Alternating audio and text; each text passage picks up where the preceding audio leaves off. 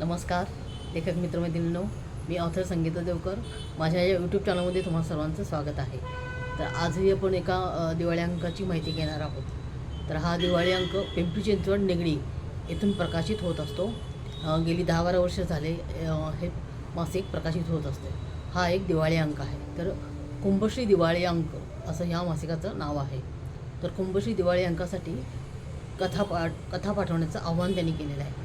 तर या मासिकासाठी फक्त कथा स्वीकारल्या जातील. तर स्वलिखित अशी कथा असावी, या अगोदर कुठेही ती प्रकाशित झालेली नसावी, एवढीच त्यांची अट आहे. आणि विषयाचं कुठलंच बंधन नाही आहे. तुमच्या आवडीच्या विषयावर तुम्ही कथा लिहू शकता. शब्दसंख्येला मर्यादा नाही आहे, त्यामुळे तुम्हाला जमेल तितक्या शब्दामध्ये तुम्ही कथा लिहू शकता. तर अशा ठिकाणी जेव्हा शब्दसंख्या आणि विषयाचं बंधन नसतं त्यावेळेस करंट घडामोडी म्हणजे ताज्या घडामोडीवरती एखादी कथा तुम्ही लिहू शकता. आणि कथा लिहिताना ती अगदीच लघुकथा न लिहिता म्हणजे 300-350 शब्द अगदी कमी शब्दांमध्ये न लिहिता ती शक्यतो 1000 ते 1500 शब्दापर्यंत कशी होईल, साधारण 1500 शब्दापर्यंत कथा कशी होईल अशा स्वरूपाची कथा लिहा.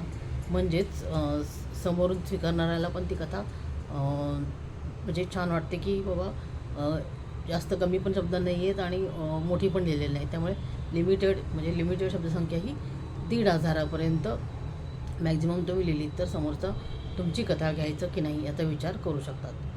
कथेला उत्कृष्ट आकर्षक असं शीर्षक द्या. आजचा एखादा करंट विषय निवडा, त्याला अनुसरून तसं शीर्षक द्या की ते अगदी आकर्षक असेल. आणि दर्जेदार कथा लिहा.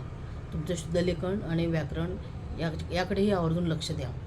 आणि अशी कथा या साहित्यासाठी दिवाळी अंकासाठी पाठवून द्या. तर यांना त्यांचा व्हॉट्सअप नंबर दिलेला आहे संपादकांचा, तो मी डिस्क्रिप्शनमध्ये देते. तर त्यांच्या व्हॉट्सअप नंबरवरती ही कथा पाठवायची आहे.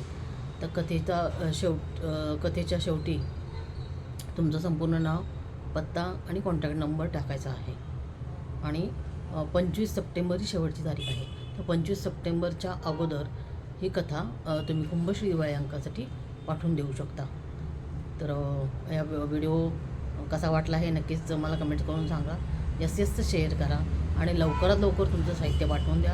आणि आपल्या चॅनलला नक्की सबस्क्राईब करा. पुन्हा भेटू, तोपर्यंत धन्यवाद.